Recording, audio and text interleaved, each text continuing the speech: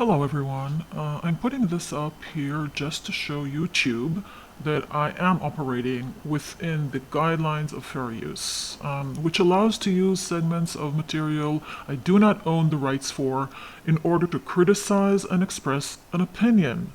Just as any democratic, free speech supporting platform would do.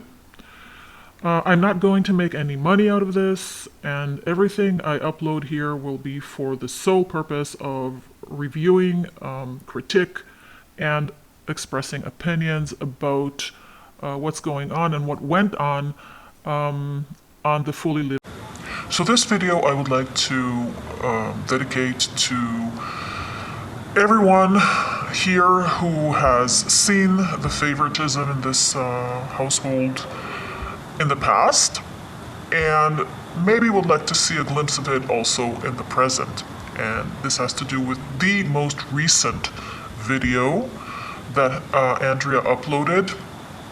And it really, as an animal lover, as a real cat lover, dog lover, any animal really, it still surprises me how you can treat two children so differently when it comes to your own pet, and how you allow things to happen. So let's just see what I'm talking about, okay? Let's just see this clip. You know she don't like cat. I love this. So first of all, thank you, Raphael, for stopping that, for interrupting that action.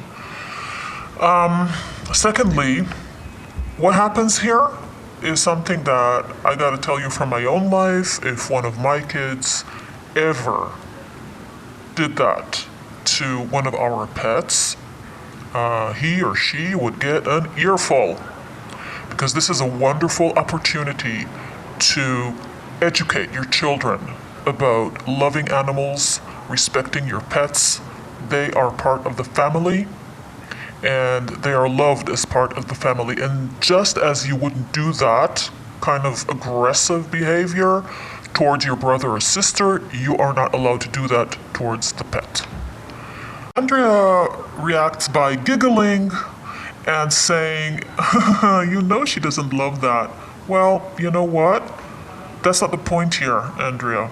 First of all, that is no matter to giggle about. Any kind of aggressive or violent or tormenting or annoying gestures towards your pet is wrong. And it is wrong on so many levels, because your pets need to be loved and they need to have their space. And I mean, we don't know what goes on with Rudy and the cat Kitty when the camera is off, but we can sure guess, because there have been quite a lot of clues and moments where we saw things that we didn't like. But here, there's a whole educational message that is completely lost. And it reminded me very much of a scene from a few years ago, quite a few years ago, when Raphael was 4 years old. Do you remember this?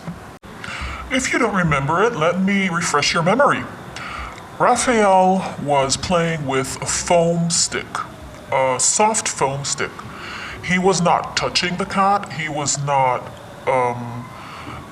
being violent or showing any aggressive movements, very different than what Abigail is showing.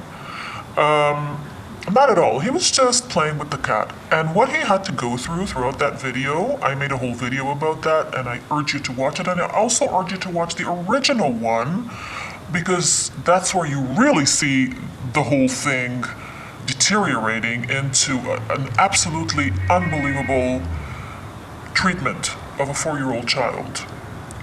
He was sent, of course, to time out, but his father treated him so awfully and for nothing, and then at the end he was forced to apologize on camera to the cat.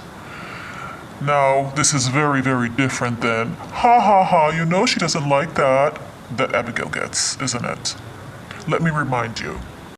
hands behind the back, look down, and you're in timeout. Oh no, and the timeout thing. So let's start with the fact that after Raphael really does nothing, definitely zero compared to what we just saw with Abigail, he gets sent to timeout.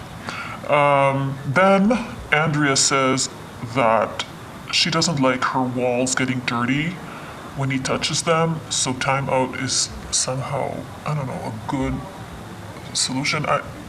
Go watch the video. I don't even remember because I block a lot of things, or else I would just go crazy. So he's also told by his father that he chased the kitty with a stick, and the father will not have it, and that is unacceptable. And then they force him to apologize to the cat. Not before Andrea mentions that the cat will tear his eyeballs out, and she will do it. I want you to apologize to Kitty. Apologize to Kitty. I'm sorry, Kitty. Yes, so treating Raphael as if he's murdered someone, sending him to time out, clicking the fingers to summon him back by the father, and the father's, by the way, proud because he even looks at the camera and says, "Did you hear that? Did you hear me clicking my fingers?" Like Raphael is a dog. This is at least what I imagined. The whole scene is just, in my opinion, so humiliating and obscene and wrong in so many ways. But compare that to what the girl just did to the kitty, and the zero educating, zero punishing, and of course, the way it was all treated. Kitty doesn't like that. That's it. So, if ever you think there is no favoritism in this house, think again. That's one thing. The other thing, the way Raphael was treated as a child,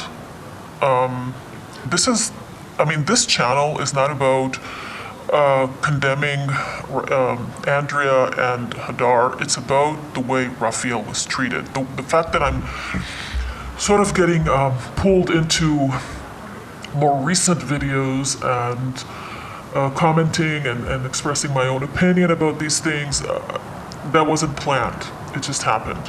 But basically, this is supposed to be about Raphael, so I urge you to go and watch my earlier videos about how he was treated as a baby, as a toddler, as a young kid, because that is the point here. But anyway, thank you for watching and listening.